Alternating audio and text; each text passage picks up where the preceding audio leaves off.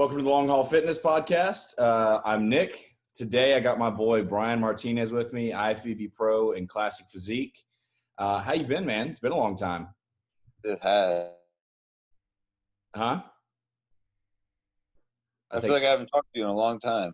I know. We chatted. We would text every now and then, but I haven't seen you in like 3 years since I did the. Yeah. Wow. I think the last time was when we trained in Greensboro, wasn't it?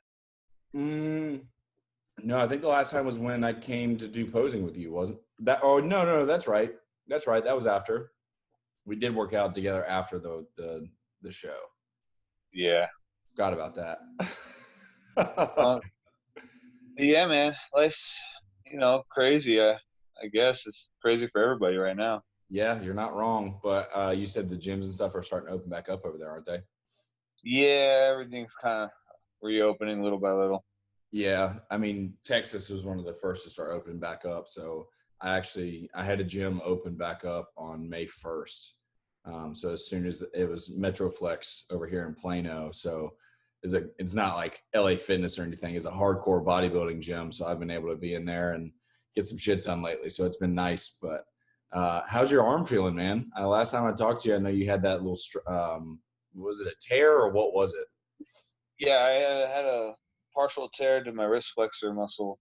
And good news is it's been a year since I did it. And I'm finally to a point where I don't have like pain anymore when I train. So, it's really and good. I'm actually able to like curl weight again. Like I was able to do pretty much, most pushing and pulling movements. It was just anytime that I turn that wrist, palm up, Yep. tried to curl, it just put too much pressure on that spot. So I was really restricted for a good, like I said, about a year.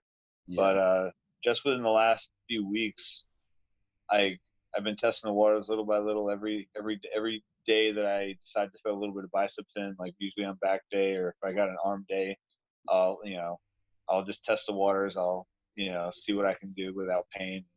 Yeah. Just the other day, I was able to get 30s and it felt fine. Like I didn't go crazy. I just wanted to, just try it out because I was getting 25s pretty easily. But it was so funny too because I remember when I got 25s like a few weeks ago.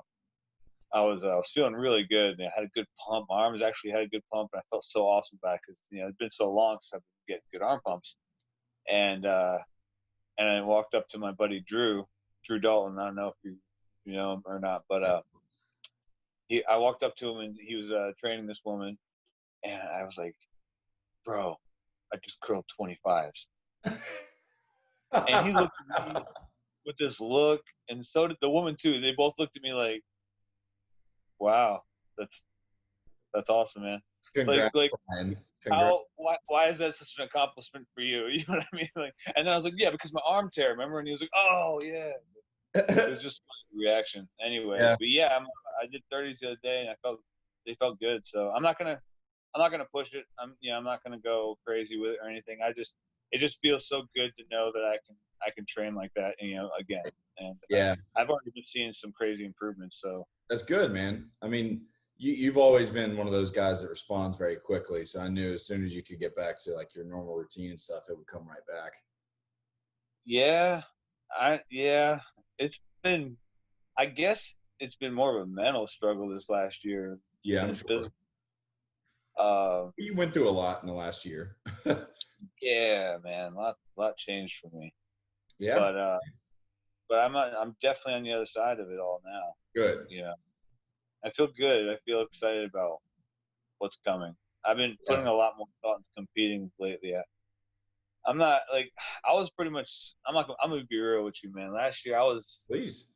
I was at the point where I was like, all right, I'm done. I ain't got nothing else to do. I got nothing else to prove. Like, for me, the dream was always to get to the Olympia stage. Anyway, that was like always like the goal. By that being the goal, and just falling short of it, I still turned pro and still placed it, at pro level shows. Right. Which is more than most people can say, and I'm proud dude. I'm so proud of it. Like, I worked my butt off for that. But it's because I am so friggin' high. Yeah. And it wasn't like, and I don't know. Anyway, Well, no, see, I get what you're saying because like I met you just a little bit before you turned pro. So I've kind of seen at least the last half where you've really, really been pushing. And it's good to hear. It's really good to hear that you've found that outlook on it, because I remember talking to you a while back about like your placing for when you turn pro, you're placing for your first pro show, like all this stuff after. And it always seemed like you were excited for sure because you were happy to be where you were, but there was still something where you weren't quite happy with it, right? So it's really cool that you can look back on it now and be excited about it. So I'm really glad to hear that. Yeah, yeah. I mean, during that time, I had, there's that champion mentality. You know what I mean? Like, Yeah, I understand. or it's that Ricky Bobby mentality, man. If you're not first, you're last. You know what I'm Right. saying? Sure. So that's how it was. Again, and I always felt like I could be better than every time I got to the stage. I always felt like I dropped the ball. Like even when I did well, I'd be surprised. Like I'll be real with you, man. I don't know how I got in the first call out to Tampa Pro, man. There was 36 guys That's there. awesome, dude. Oh, thank you. Sir, I do appreciate it. I really do. And I definitely, worked hard. That was the third show of the season for me. So that was my last show of the season. Anyway, it was the last Olympia qualifier, and it was the biggest IFBB Pro show to date. There was 36 guys just in the Class of 6 division, and most of those guys were all guys that were trying to get that qualification to the Olympia. Yeah. So they're guys that did well at other shows. So when I was backstage pumping up and I saw all those guys, boy, I was just like, damn, man, I hope if I could just end up in the middle somewhere, I'd feel good, Yeah. So get pulled into first call outs, it was mind blowing to me because I just felt like I was a little off that morning. I just felt like I was very flat, and I just saw the guys there that just blew me away. But you know how it is. The perspective you have. Oh, for sure. Based Because on, because on the outside looking in, I was looking at those guys being like, dude, they better fucking watch out, man. They don't understand what Brian looks like. Like, so it's so. I mean, when I first learned about you, we met through Mark, our mutual friend, and when he first showed me pictures of you, like I thought that he was going to try and just start making out with your chest anytime he ever saw you because of the way he talked about it. Like, is that what's weird though is I get like a lot of dudes, straight dudes, that'll tell me like I'm their man crush. You know what I mean? Like my physique is. And Mark is 100% that guy. He said that I think he's one of the guys. Like he's. Oh yeah. I'll be talking to a girl and the girl will be like, "Oh my god, like my boyfriend loves your physique. Like he's like crushes on your physique." I'm like, "That's cool, man." Like, welcome to the sport of bodybuilding. I mean, it is real. It is flattering, but it's weird to. Interesting. Because to a certain degree, we all start lifting for girls. Like, even if it's not like the main reason, in the back of your head is like, oh yeah, girls are gonna like me because I have muscles. So, and then when you get muscles, it's nothing but guys. Yeah, I don't think anybody gets into bodybuilding in the beginning because they're like wanting to win a show. Oh yeah. It's because they want to look good, man. They want to attract whomever they're trying to attract, and a sexy physique does that on a lot of levels. So for me, I got into lifting. I was like 20 years old, and I was in Afghanistan. Army, correct? Army. Yeah. Mm-hmm. And lifting weights was kind of what we did to pass time when we were stuck places for a while. And me and my buddy Rhodes, we were the two youngest in the platoon. Yeah. Like we lifted together all the time, and we became real close, and we became real competitive, obviously.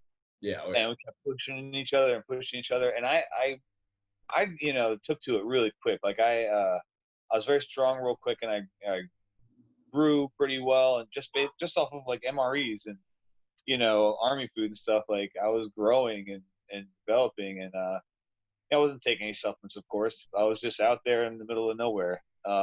Sometimes we had equipment, sometimes we were just lifting tires and sandbags and stuff. But still, though, it was so much fun because it gave me an outlet so that I didn't dwell on missing home so damn much. You know what I mean? Because when I first got over there, I was miserable, man. I was 20 years old. I was like, what am I doing here? My friends are all in college, partying and having fun. I'm out here digging up landmines and stuff. Like, this is not a good time. And I missed home. It just made me miss home so much. But when I started lifting the weights and stuff, it was like, man, like I'm gonna show everybody. Like, I'm gonna come home and impress her. I'm gonna show everybody a new me. Like, impress everybody. Like, I'm gonna leave home looking like this little shrimp and come home like Rambo. You know what I'm saying? Like, it's gonna. So that's what I did. I worked my ass off. When I left Afghanistan, I don't even remember how big I was, but I was benching like 330 something. And I wasn't, like I said, I was just a all natural guy who just started lifting weights, you know, like, and then, but my body composition was right away, like, because of my artistic perspective. I've always considered myself an artist before anything else. You know what I mean? Like, that's just, I grew up an artist. My whole family's full of artists. And so when I got into bodybuilding, right away, it was based on that artistic perspective. I wanted to see certain things right away, right out the gate, that wasn't based around how strong I was. You know what I mean? We've talked about that before, and I definitely think I think that's something that I'm missing that I don't have, which is why I think you do so well with people with posing, and why I came to you for my last show. And like, even the stuff you showed me 3 years ago still sticks in my head now with posing. So that part, a lot of guys that I talk to who are into bodybuilding are either like super into the training or super into whatever aspect of it is, but it's usually not the artistic side. So it's really cool to hear that perspective. Yeah. Bodybuilding was a perfect avenue for me because I was very competitive and athletic. But I never took to a particular sport, like 100%. Like, I grew up doing martial arts and I loved it and it was fun. But then I kind of grew out of it. It was like, okay, and what else do I want to do? And I played soccer and I loved it. My whole family plays soccer. Everybody in the family plays soccer. My dad still referees soccer. He's 56 years old. He still referees soccer tournaments and stuff on the weekend. But yeah, like, when bodybuilding, came, well, for me, when I got into it, it was like this really cool way to kind of combine the athleticism and the competitiveness, with the artistic side, which I felt I had an edge on most guys. You know what I mean? Yeah. And that's why I was able to do well, even as a smaller guy, because I was paying way more attention to the other part of bodybuilding, the other side of bodybuilding that most guys kind of neglect, especially now, not in the past, like the golden era, as we like to refer to it. Do you know why those guys were so great, man? Like, okay, check this out. These guys all had phenomenal physiques. You know what I'm talking about? Mm-hmm. Every one of them back then had phenomenal physiques. Think about like the 80s and like the early 90s. The lineup was nuts. Yeah. And each in particular bodybuilder was so capable of being a Mr. Olympia. They had to stand out. They had to find ways to stand out and be different. So what did they do? They were figuring out how to use their strengths to highlight, poses. Like, they were using poses to highlight strengths on their physique, to draw the eyes to them and give them that wow factor. Yep. So they weren't just doing the same pose the guy was doing next to them. That, of course they would go through mandatories and stuff like that. But when they were able to do their own shit, when they were able to do their own little, whatever. That's why guys back then had their own poses named after them and shit like that. You know what I mean? There are certain poses that aren't like, the praying mantis pose. People don't even call it that. They call it the Arnold pose. Yeah. I'm like, that's not the Arnold pose, praying mantis pose. Or like the victory pose. People are, oh, that's the Sergio Olivier pose. No, that's the victory pose. He just did that pose. You know what I mean? Or the Zane pose. You know what I mean? Like, there's all these different poses that we refer to certain bodybuilders from back then who used them to their advantage and made them iconic. You know what I mean? Yeah, they get those iconic pictures that we all look at, and that pose is now immediately that person's pose. Right. But eventually the sport evolved, and people, the guys got bigger, and it became less about the artistic perspective of being able to, display your work of art, and it became more about, like, look how freaky I am. Yeah. I'm a freaking brick shit house next to this little guy, Right. you know, and Yeah, I've got more veins and I've got more striations. And don't get me wrong, like I'm not knocking it because it's impressive as shit. It is wild. I mean, not many human beings on the planet can even fathom what it takes to be that. And I'm not saying, you know, all giant guys don't have a, you know, like Malcolm, Cedric McMillan. yeah. He's a size monster. He's a big monster, but he's also so aesthetic, and he poses so beautifully. You know, Right. so it's not all like that, but yeah, for a while there, it became a size game, Yeah, and and I think when it became, I think go that ahead, go ahead. Yeah, I think that was that transition in the middle. You know, it was like where it had started to get away from the beautiful, pretty side of bodybuilding and started to get into the aggressive, grungy side of bodybuilding. Because like eh, there's a large spectrum of people who are in the bodybuilding world, and like to any degree, whether or not they're posing properly or presenting this beautiful physique, no matter what, our eyes get drawn to the freaks. Like, Oh yeah, and that's the slow transition. And like, it's just the first time Dorian Yates walked out and looked like the Shadow, people were like, what the fuck? And then yeah. that was now the standard of becoming Mr. Olympia, was of just what the fuck? What We got is to outsize this guy, right? And and then you know, that's such a thin line to walk, because so every single yeah, one of those guys that had those mind blowing years, it was like 1 or maybe 2 years. The other years they were like, oh yeah, they were good, but there was the issues here. You know what I'm saying? Like yeah. pushing yourself to that like ultimate of a size like Ronnie Coleman or a big Rami or things like that, like it gets to the point where it's just it almost becomes not bodybuilding anymore, you know, because at that point it's adding Yeah, man. mass for the sake of adding mass. I remember back when Ronnie Coleman was in his prime. Actually, when I first got into bodybuilding, Ronnie Coleman was still Mr. Olympia, and I remember hearing stories from people who'd said they'd seen him and met him in his prime, and it was like a different species. Oh yeah, that dude's a You know what freak. I'm saying? Like it was like legit, like he was legitimately a different species. He was For sure. that morphed that it just wasn't human anymore. You know what I mean? Yeah, And that's amazing. That's insane to for think sure, about. You know, for sure. But like for someone like yourself who enjoys the artistic side of things, to see him come out and oh yeah, yeah, like that like it's not that's not the beauty of bodybuilding. It's cool as fuck to see him come out and be that big. Like yeah, Ronnie's the GOAT. I mean, you can't take that away from him. yeah. I'm not You knocking can't. anything, but That guy was Ronnie Coleman was incredible. oh yeah.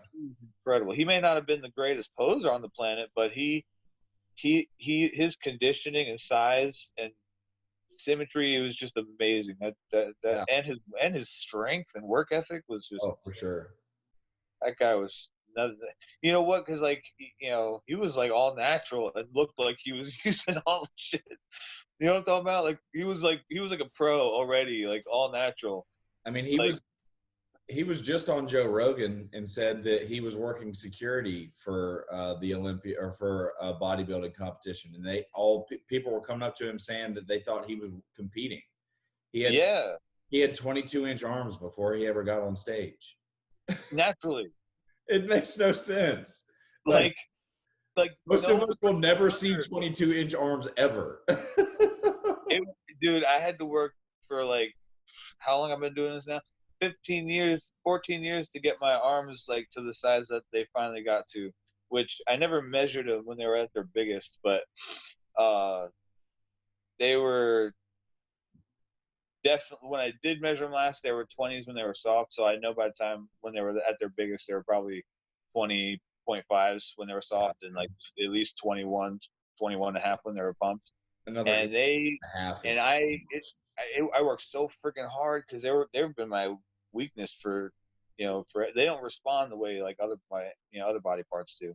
So it right. took me a long time to get them that way. But then when I tore the muscle, man, it was like they Yeah. fucking keep Yeah, playing. but the thing is like it's easier to rebound, it's easier to get it back than it is to try and build new muscle, you know. Um, So like since your arms have already been to that size, once you're able to really start training them again and whatnot, I think it'll come right back. Sort of. I Oh, can't really train them the way I used to, you know. yeah, I sure. just That doesn't mean they're not going to can't respond. really take that risk. So I'm learning new ways, you know, as always. That's what makes the sport so fun. Like, Right. you know, I'm not really discouraged. I was a little discouraged last year. Who wouldn't be after their first real injury? Um, you know, that sets you back. It's gonna mess with you a little bit. But once you kind of get over that first little, like, you know, woe is me phase, you realize, you know what, it's fine. You'll Yeah. get by. You'll get through this. Uh, Right. it's like it gets fun again because then you're like, okay, I'm gonna figure this out. You know, I'm gonna figure out how to get my arms bigger, even Yeah. though I can't do it the way I was doing it. I got to figure out a new way. There's always a way to do it. Yeah. And I kind of went through the same thing when I tore my labrum in that car accident. I mean, Yeah, that's right. kind of put me out for a while, and now I'm even still dealing with stuff with it where like the where my bicep inserts seems to be not so happy, and I'm not sure if like because the labrum is compromised if my bicep tendon's like taking too much force on things. So I haven't really been able to like feel this left bicep when I can't do like regular dumbbell curls. I don't feel it at all. The only way I feel it is if I'm doing like a cable curl or bands or something like that. So just got to keep working on that. But Yeah. definitely not fun to have to work around that kind of stuff. No, it's not. It's Yeah. not. I'm sorry you're dealing with that, man. Man, it is what it is. You know, that's the game. But so I had what? somebody tell me that he ate gummy bears after his shoulder injury, and it healed it faster or some shit. He swears by it. What? Swears by it. And I feel like I've heard this from other people too. Gummy bears. Yeah, there must have been some drugs in that made him feel a lot better. I they, don't know, man. they It were helps heal special the gummy shoulder. bears. Those weren't the regular gummy bears. Maybe not. Yeah. Maybe they're magic. Maybe they're magic gummy bears. Um, so let's talk a little bit about like the process of turning pro. Like you've done one show, or you did two pro shows, right? 3. Three. Okay. So like you've now seen both sides of it. So what was it like coming up? Like I really met you probably in the peak of your like nationals career, you know, like your amateur towards the top where people were like, oh, Brian's going to go pro soon. Brian, like that was the thing. That's the thing I heard all the time at all the different shows because you would be at them or people would know you. We knew like all the same people. So anytime Yeah. the name got brought up, it was like, oh yeah, Brian's going pro, this and that. So what was that? What was that whole journey like? Kind of talk to me about that as someone who is not a pro and never even been to nationals. What the process is like? Well, I guess it's for me. I guess it's different for everybody, maybe, but for me, um, it was it's crazier and more competitive, I think, at a national level than at the pro level. Not to say that the pros aren't competitive, because holy crap, everybody looks amazing, and everybody that turned pro for a reason. But something about, you know, that pro card being on the line brings out the, you know, everybody's crazy side. That everybody's like, go Vicious. big or go home side. You know what I mean? Like, you know, once I turned pro, I was able to kind of relax a little and be like, okay, I'm pro now. I can have some fun with this and enjoy it because, yeah, I'd love to win. And yes, I'm going to go for the win, but I'm not going to like push the bar too far Right. just to do that. I'm going to, you know, let the judges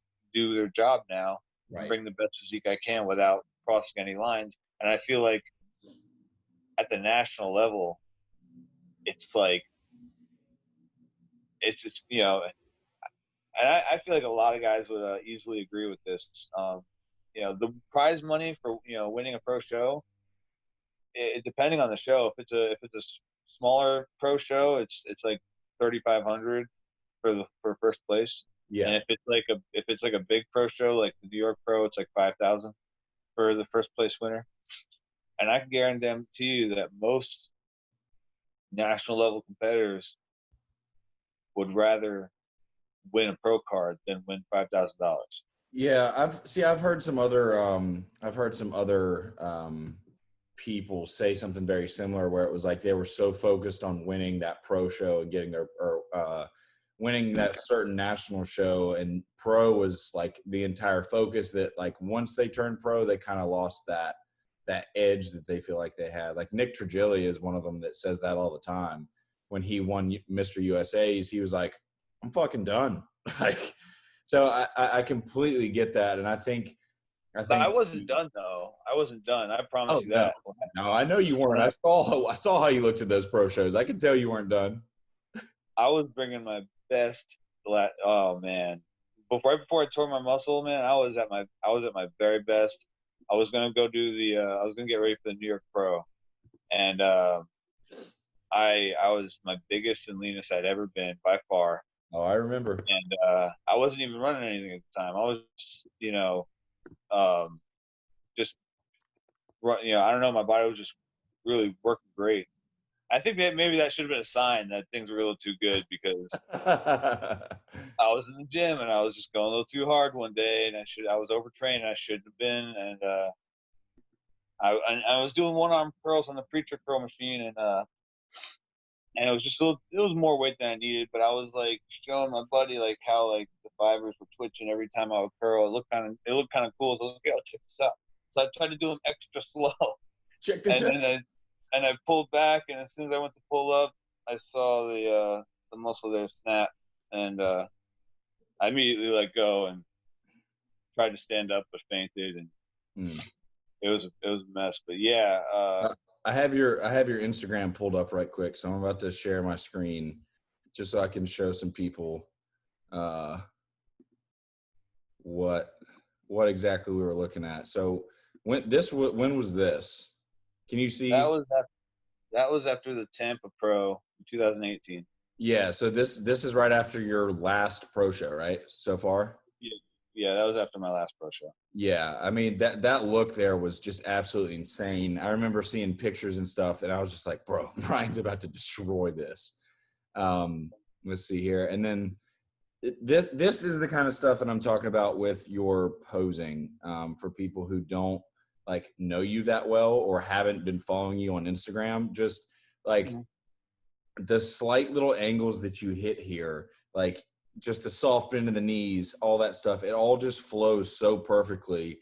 And it would be really cool when I was there and you were going over poses with me, and you would start fucking around and doing some poses, and you would just do these little things that would completely change the entire way your physique looked.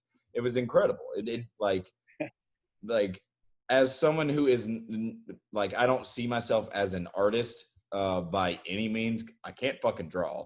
And I understand. I feel like I understand posing to a certain extent, but like when I watch you pose, oh, here's the video. It's perfect. When I watch you pose, it's like, oh, that's loud. Let's turn that down. Sorry about that. That was a cool day.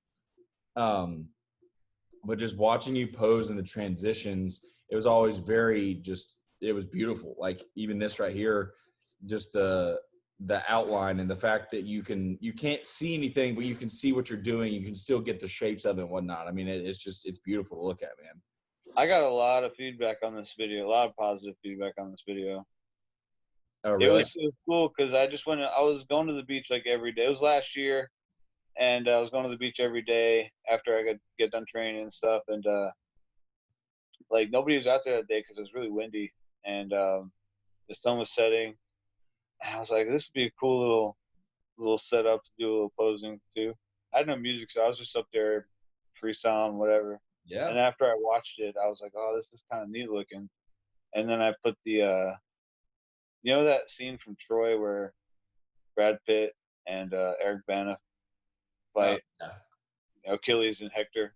Oh yeah. That drum, like it's like just drums, but it works so cool with like, I don't know.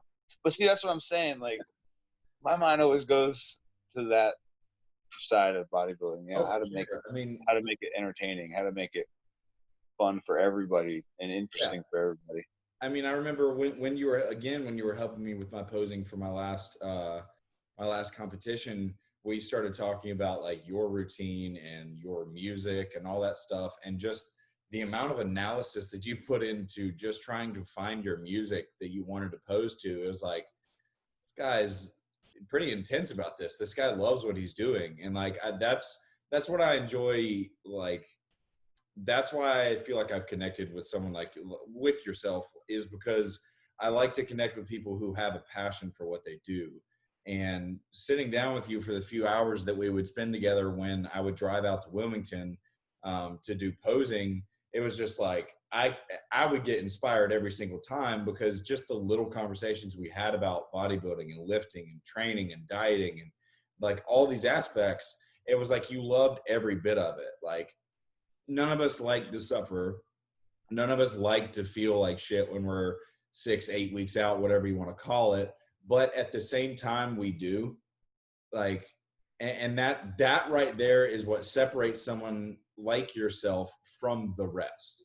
And that is what so many people don't understand and won't understand until they do it, right? Yeah. Oh, Like, yeah. and that's part of my inspiration here with this YouTube channel, and what I'm trying to talk about with people and show in my series that I'm doing with the cut that I'm going through right now, is just like, you think you have an idea of what it takes to get in shape. So this is your idea of what you think it takes, and I'm the fuck over here. Like, there's this disconnect, and me and my buddy Gunnar had this conversation on a interview the other day I did with him. There's this disconnect, and people are like looking for that 30 or 60-day fix that'll make them look like Brian Martinez, and it's not going to fucking happen. You're not going to find it in any bottle. You're not going to find it in any pill case. You're not going to find it in any injection, or you can't go anywhere and do any training style and make any Maybe some like 6 psychedelics that can make them feel like that. Yeah, you might feel like that for a few hours in your brain, but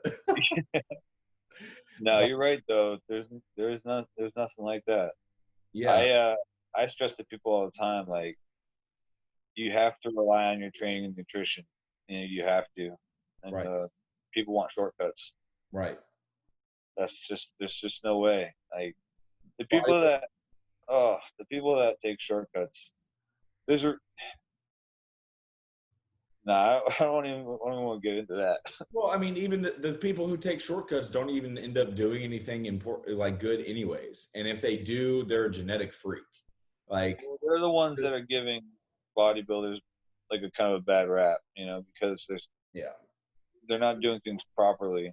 Um, you know, and they're giving credit to the wrong things. Like, yeah, you know, for bodybuilders that really take this seriously and understand what this is all about, what it actually takes, it's so much work. It's so much more work than people can understand. Like, it's a 24/7 thing. Like, I'll say, think about another athlete, right? Baseball player, basketball player, football player, even a UFC fighter for that matter. Which, by the way, I would totally respect, man. I always said if I didn't get into bodybuilding, I think I would have went that route. But those guys are gladiators, and I tip my hat to them because, fucking no. wow. You follow UFC at all? I Oh do. yeah, I fucking love love the UFC. I love watching it, but there's no. How much I'm not getting in that fucking cage. how much would you fight Amanda Nunez for $10,000? No, fuck no, dude. I like my face too much. Fuck no. 10,000, I would, but I would fully expect to get knocked out. I would need some more zeros. I'm But gonna. I'd wake up and be like, "Oh, $10,000, sweet." Oh yeah, Um, sure. But and I'd have a really cool story, like, "Hey, I got knocked out by Amanda Nunez," which yeah, I couldn't feel bad about. hey, But anyway, yeah, I love UFC. I follow that stuff. But anyway, like I was saying, you take all these athletes. What do? They get up, they go exercise, they go train, they go to practice maybe, and then when they get done with practice, they go home, they do whatever, they hang out with their families, go out to eat, whatever they do, right, and you know, they don't have to think about their sport really after that. right, You know what I mean? Maybe they go play the game on the weekend. They get done with the game. They don't have to think about it after that. They could take a day, a couple days off. They don't have to think about it. The only time they think about it is when they go to practice. Whereas with like a bodybuilder, every little tiny thing they're doing from the moment that they wake up, the vitamins that they're taking, the pills they're taking, the meals that they're eating, the meal preps, the multiple training sessions throughout the day, the cardio sessions, the constant upkeep with your body with grasping technique and foam rolling and deep tissue massage and all that maintenance work.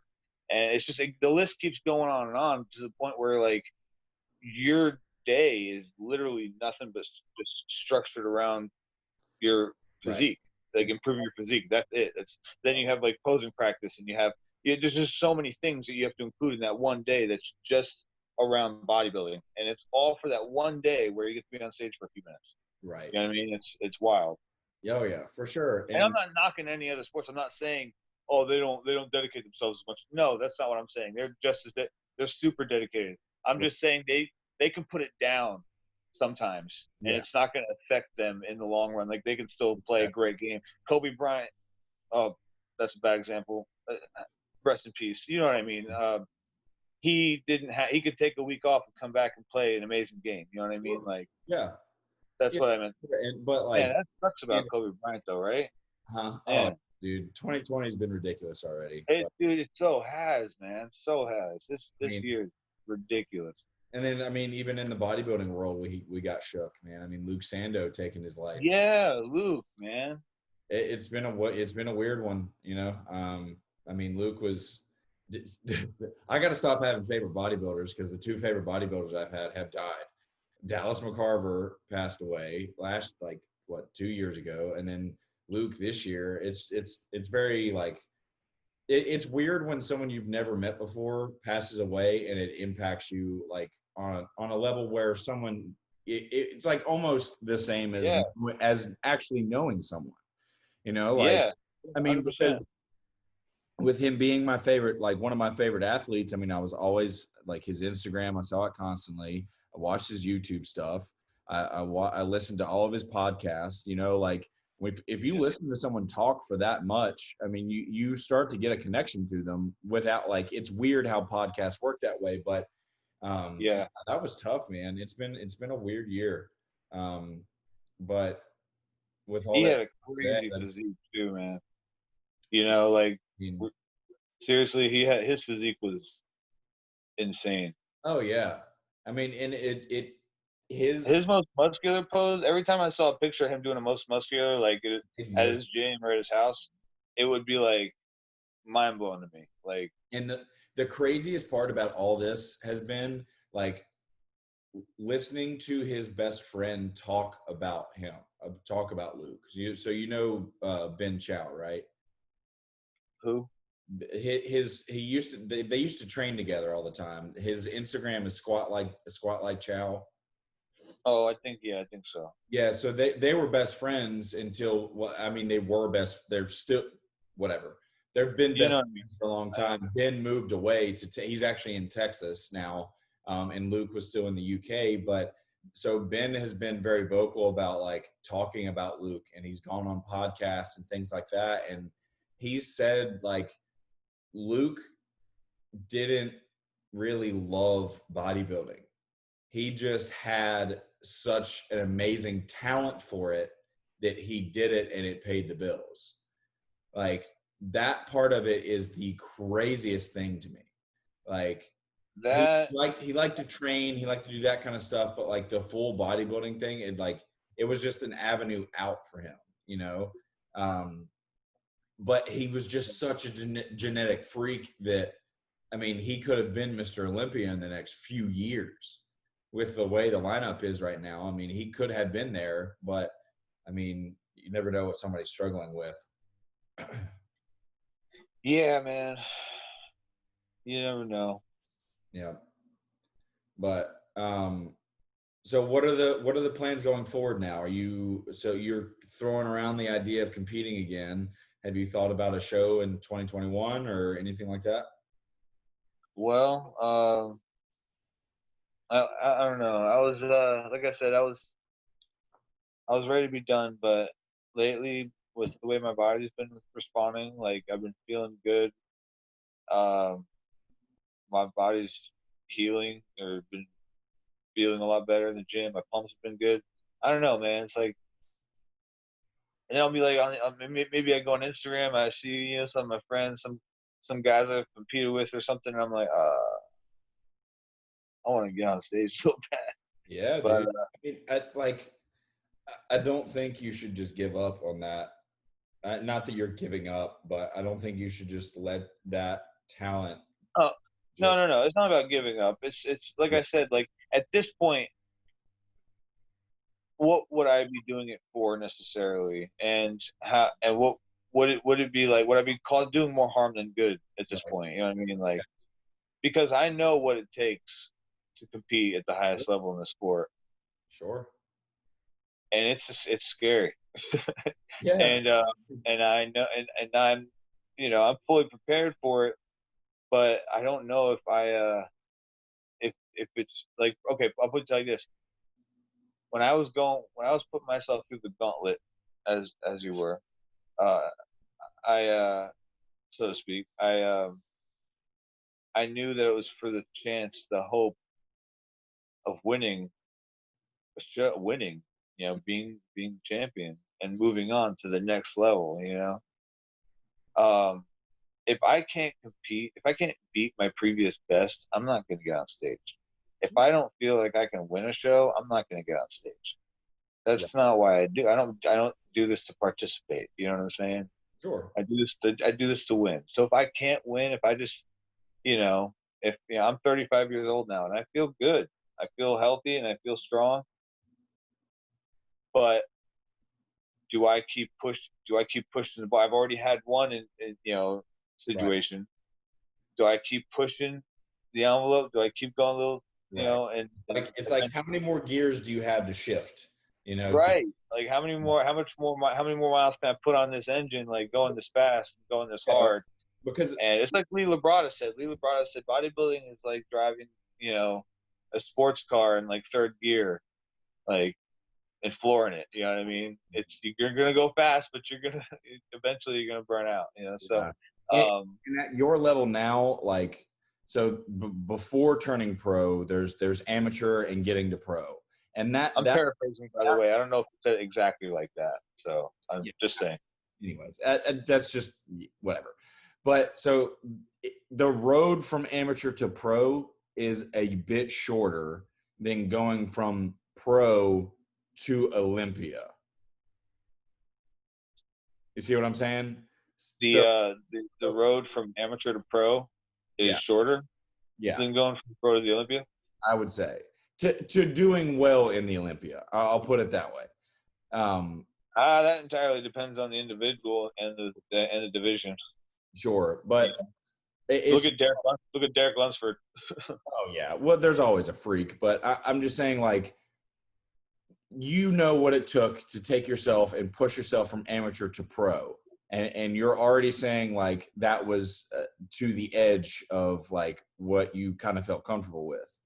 So now to go from pro to Olympia, that now is 100% going to push you over the edge. So it's definitely a matter of like what you're willing to do.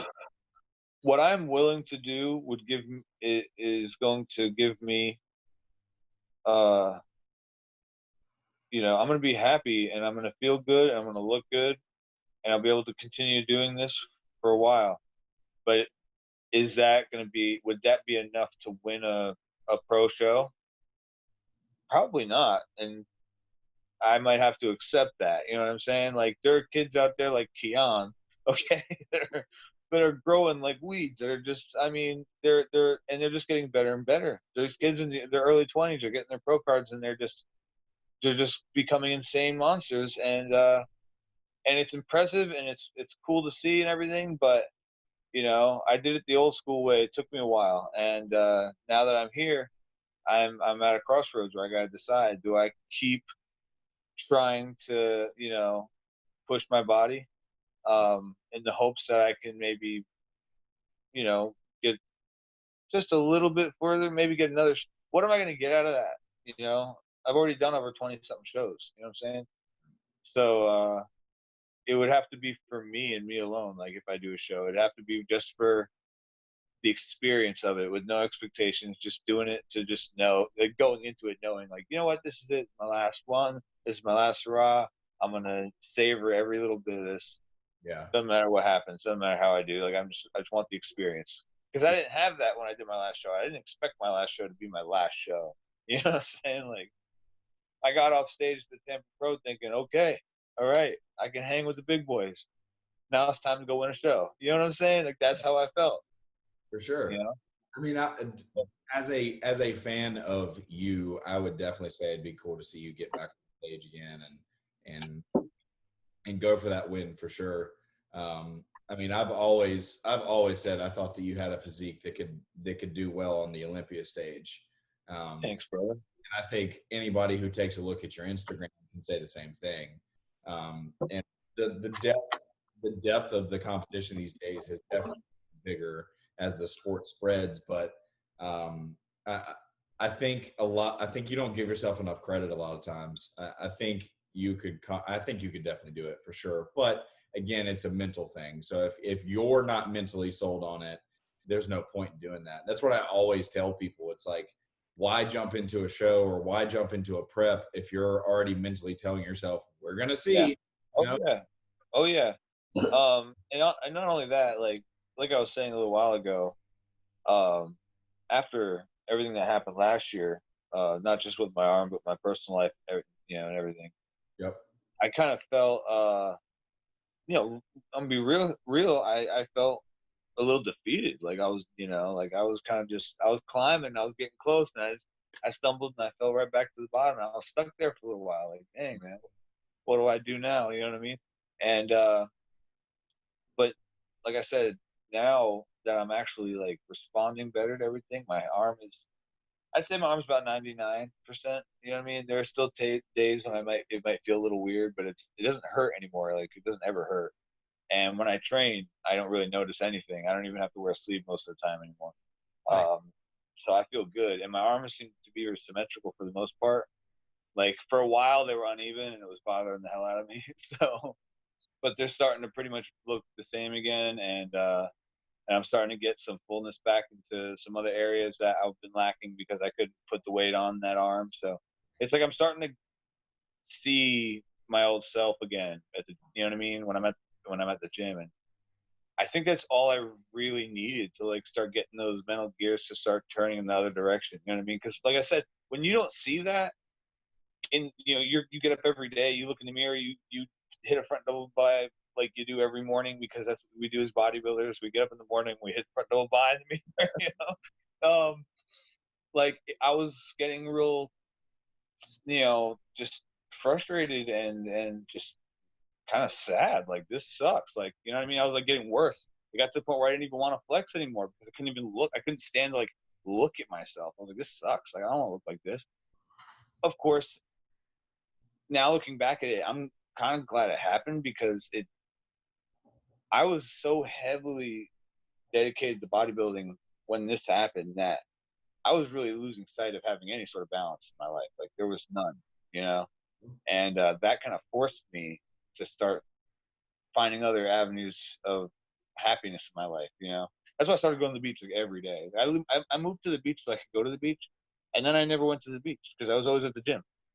So so last year, like I said, last summer, I really couldn't train all that much. I had just legs and abs and stuff and cardio. So I would just go do a little bit at the gym and then go straight to the beach and hang out, usually by myself, and just either listen to music or go play in the ocean like a little kid, you know, like look for shells, stupid stuff. But really just kind of hang out with myself, you know, and just kind of, you know, refine myself a little bit. And that's when I was just like, you know, bodybuilding isn't who the hell I am. It's, you know, it's just what I was doing. So now that I have that perspective, you know, going into it again, like I can have more fun with it, and it doesn't have to be like a chore. do or die situation, so to speak. It's more just like, you know, I still got it. I still feel good, and I had fun doing this. I'm gonna do it again because I had fun doing it. But you know, I mean, it'd definitely be cool to see you get back on stage, and I'm glad to hear that you've been able to take that time and kind of process everything that you've been through. Like, I mean, that was a big life change. I mean, I remember us having a long phone conversation about everything that was going on in your personal life. And I was like worried about you, man, because that's a big thing. Like just to out of the blue, just completely have everything swept out from under your feet. And like, I get it. I understand. Like, I know what that feeling is like. And some people don't ever come back from that, like ever. So the fact that you took that time to step away and kind of learn yourself a little bit better, honestly, you seem like a different person, you know, and in a good way. I'm not saying you were a bad person prior, but no, I appreciate it. Yeah, it seems like you've done a lot of growing in like the however many years it's been since we've had a long, drawn out conversation. But I'm glad to hear that you found the good in the bad that happened. You know, I'm always telling people that, like, I have to tell myself that all the time. Like, try to find the good in every situation, regardless of what it is. Oh yeah. I mean, I had a very minor, well, not minor, but I had a pretty big life event happen right before the shutdown. So I completely understand have I told you? Do you know? What? Did I have a son on the way? You have a son on the way? Yeah, dude. Bro. Yeah, I didn't tell you this? No. Congratulations, my man. That's awesome. Thanks, brother. I appreciate you. So when's he due? It's looking like late September because he's getting big as fuck. Okay. Okay. You have a name picked out? Yeah, Everett David. Wow, Everett. That's cool, man. Yeah, so it was a very out of the blue, like, not planned event. It never is. Right. Never is. Yeah, so we're going into a co-parenting situation and trying to figure out what that looks like. And this I found out like maybe a month before the shutdown. So I find out about the kid and I'm trying to like wrap my mind around what that now is going to look like. Yeah. Shutdown happens and I lose everything. I lose both jobs in one day. I lose the gym. And then like I had nothing. Like there was nothing for me to do except sit here in my fucking apartment, stare at my TV and go do shit with my dog. And like I've said this a million times on here now. People are going to get tired of me saying it, but like I didn't get depressed. I'm not going to call it I was in a depression, but I was in this weird like just spot where I didn't feel like myself. I didn't feel like anything was going right. Everything felt wrong. Like just felt like spinning my wheels like crazy.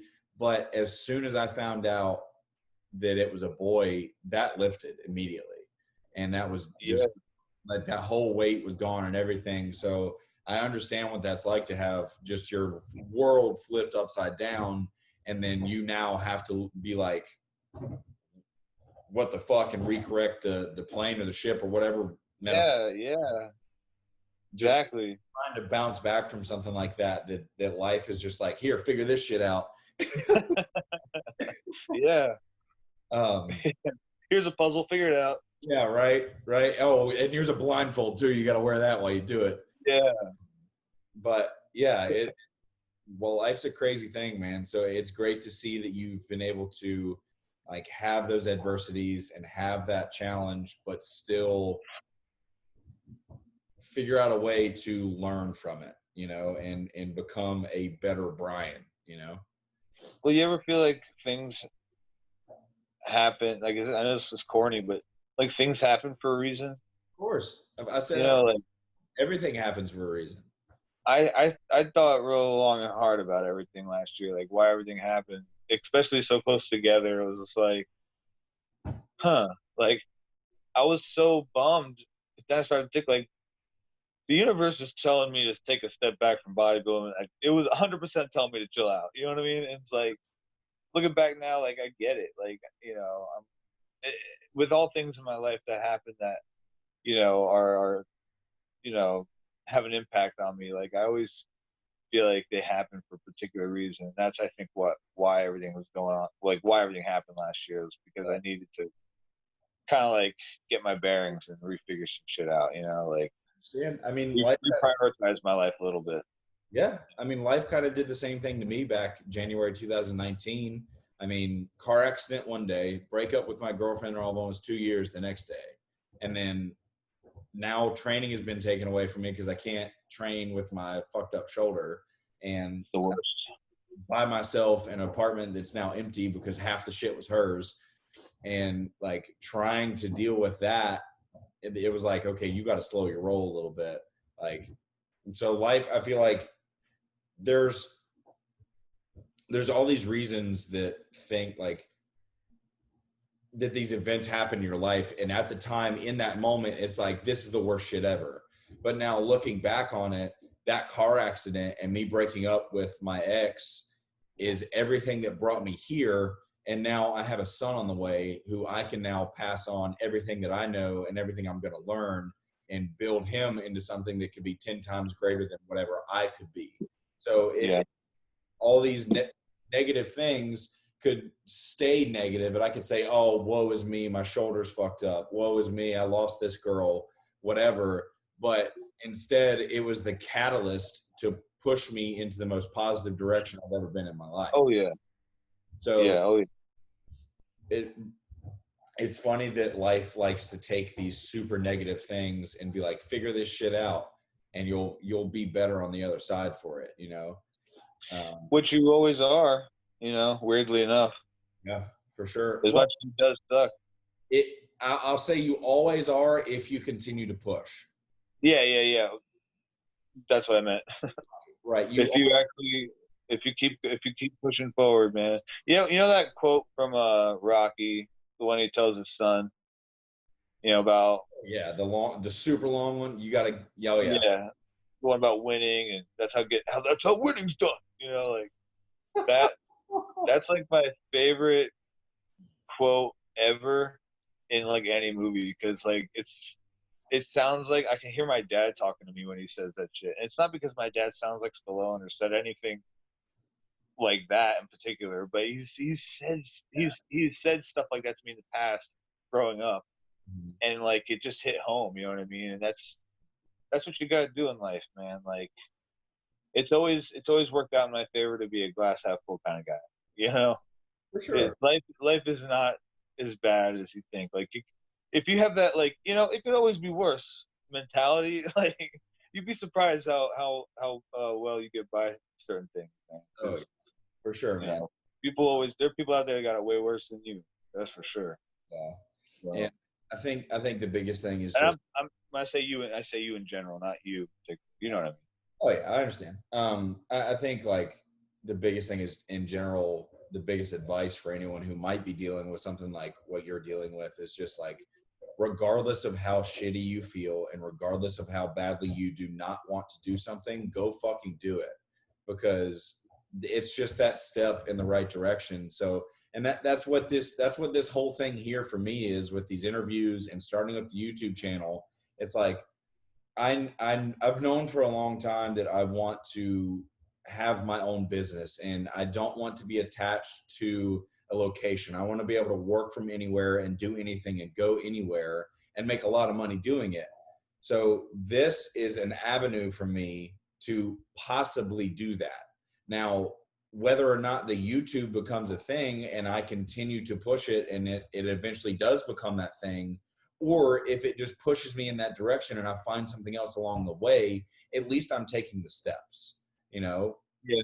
I don't know what this is going to become. No one knows what anything that they start is going to become. But if you're at least taking those directions and putting that positive attitude out there and telling the universe what you're wanting and you're doing something about it, it's going to come to you eventually, I feel like, you know? Yeah, man. You got to, like, people, you know, the saying, like, good things come to those who wait. That ain't true, man. You got to work for shit that you want. Right. You have to put together some sort of plan. You know what I mean? Like, there's got to be, what's that saying about goals and dreams? A dream is just a goal without a plan, or something like that. Yeah, right. Yeah, there's got to be a plan. You have to have, you got to have a reason for doing what you're doing.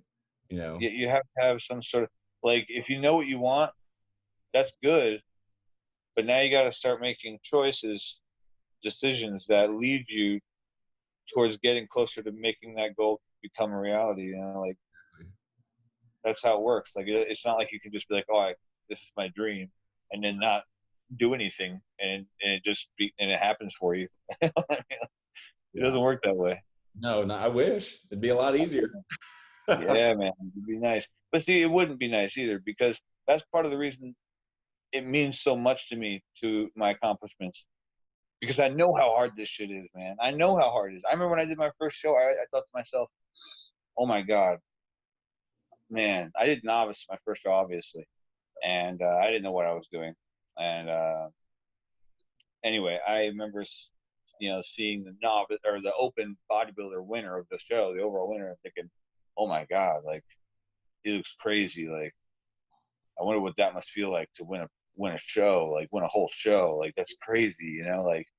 And then fast forward to my fourth show, I win a show, and I'm like, oh man, I fucking won a show. It's so cool. And I'm going to national shows now. I'm thinking, oh man, I wonder how cool that must be to win at a national level. You know what I mean? How cool that must be to win your pro card. Like, that just seems so damn near impossible, And then you get to that level and you accomplish it, and it's like, oh my God, like, and then and it takes years and multiple efforts, and you have to keep coming back, and you have to keep improving, and you have to keep showing those judges, look, I'm not done yet. I'm going to show you better, and you keep coming back better, and sometimes you come back better and you do worse. That's just the shit that comes with bodybuilding. You have to deal with it. It's like, it's part of the journey. But eventually, you show up one day, you're on point, and it's your day, and you're front and center, first call outs, and boom, you win. You're a new pro, and now you go to the pro level. Yep. You know what I mean? The same thing all over again. And that's why I loved it so much, because I really did start at the very bottom. For sure. And I did not move up until I felt I was ready, and I wouldn't feel ready unless I won at that level. Like, I had to win at the next level. So after novice, I did the junior division. I did a junior division at a Victory in the Valley show in 2010. I won the overall there. So the next show I did was 2 years later after that, actually. And I did the state bodybuilding, North Carolina State bodybuilding show. And I got second there. And it was my first time doing the open, and I got qualified for nationals. I was like, what? Like, no way. But you got to win that. And then my buddy Bert was telling me to do the Gold's Classic 7 weeks later, which was a local Wilmington show, and I had just moved to Wilmington, so I was like, oh shit, I'm gonna do that show. It's here in town, and if you win that, they also have like a separate division for like the Mr. Wilmington title, so I entered that too. And so I did that show, and I won the Mr. Wilmington and the overall. And I was just like, what? Like, no way. Like, this is crazy. I'm going to be a pro. Like, but then I realized I wasn't ready for nationals. Even after winning that show, I knew I wasn't ready for nationals. You know what I mean? Like, national is a whole nother level. Whole nother level. I didn't get on the national stage for another couple of years, I don't think. Yeah, even if I won a local show right now, I wouldn't get on stage for nationals. I'd get blown out of the water. But nationals is nuts. I think I'm sure. I think the biggest thing that people should take away from that conversation right there is, like, if you don't enjoy the struggle and you don't enjoy the grind of this, you're not going to stay in this long. No. You can't expect instant gratification from this. Right. That's what you have to fall in love with, is the grind, the day in and day out, month in and month out, year in and year out grind of bodybuilding, to have that 10-minute fucking posing, 10 minutes on stage that you have, like, all the way through. You're taking years to get to that point, and all you get is 10, 15 minutes maybe on stage. So it's the grind that you have to fall in love with, not the stage, not the trophy, not the win. It's the grind and the love of the sport. That it's never been about that, It's like, yeah, winning is fun, and it validates all your hard work in a weird way. You feel like justified, like you weren't like all those times when you were thinking like you were working your ass off, no one could be working harder than you. If you win first place, you feel validated for feeling that way. But if you don't win, all those times when you were feeling like you were outworking your competition, now you feel like you were like being a bitch, like you weren't working hard enough. Right. You know what I'm saying? So, winning is fun and it feels great, but at the end of the day, you're right. It's like the process is it's such a grueling and not fun process, but it's like beer, it's an acquired taste. Some people love bodybuilding. They love the idea of getting up early and taking tons of vitamins and doing lots of cardio and getting in the gym and training and lifting weights and being sore and prepping meals, and separating meals and eating clean and like the 24/7 process. Like they some people love it. I'm one of those people. Like when I was prepping for shows, man, it was like my favorite time. I hated off season. I hated off season. No, really, I did. I hate off season because I had to eat so much more food in the off season. So much more food. I was miserable. I was sick to my stomach trying to eat food. People don't know how much harder off season is than prep. Me and my buddy. Yeah, man. Yeah, off season is way harder. My prep is easy compared to my off season. Huh? I said trying to choke down food when you are not hungry is awful. I would much rather be starving than be. Yeah, I can deal with being a little hungry, but being not like being so full that you're nauseous and you're looking at the clock and you're literally like counting down the minutes till your next meal, not because you can't wait to eat it, but because you don't want to eat it. You know what I mean? It's the opposite. And then when you have to eat it, like it takes you like sometimes like an hour just to eat one meal because there's just so much food and you have no room. You're just like barely I would literally eat meals where I would take a bite and like a swig of water and just swallow the food without chewing because I just couldn't do it. But yeah, that's I don't miss that.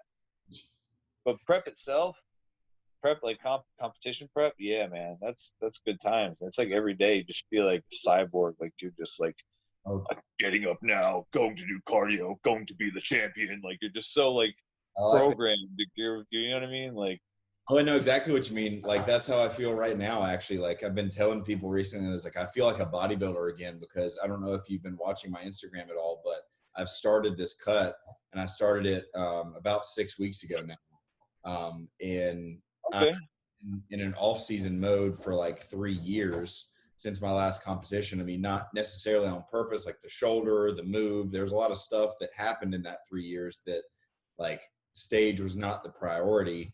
But now just getting back to that process of like waking up in the morning, going and doing fasted cardio, having my diet on point, my training has a reason behind it now. Like all of that stuff all comes together and I'm motivated as fuck right now. Like it's amazing. And we've been leaning out more and more every week. And like, I actually gained 3 pounds from Tuesday to Friday. And he was like, dude, I don't even give a fuck that your weight went up. He's like, you look better. You look a lot better right now. I was like, okay, cool. But I know what you mean, man. I knew that I needed to switch things up because I was burnt out and training wasn't going well and I wasn't enjoying what I was doing as far as food and this and that. I was like, I need to change here. I need to have something that I can push for and really focus on. And like, there was nothing better that I could think of than doing a cut and acting like I'm going to do a show.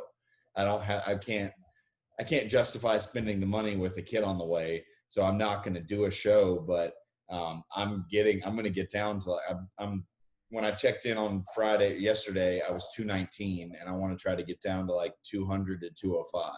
So I've still got 15 to 20 to lose. And the way things are looking, it's going to be shredded for sure. Oh yeah. Yeah. But so anything else you want to say before we finish up here? We've been on over an hour now.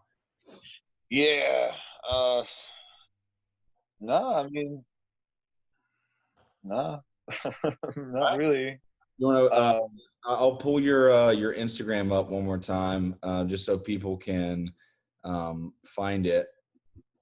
Oh, there we go. Is it showing? Yeah. I'll tell you what though. If I do compete, um, it's I'm definitely gonna bring a package that's Oh, worth a win. oh, I know. I'm not worried about that at all. That is not a worry.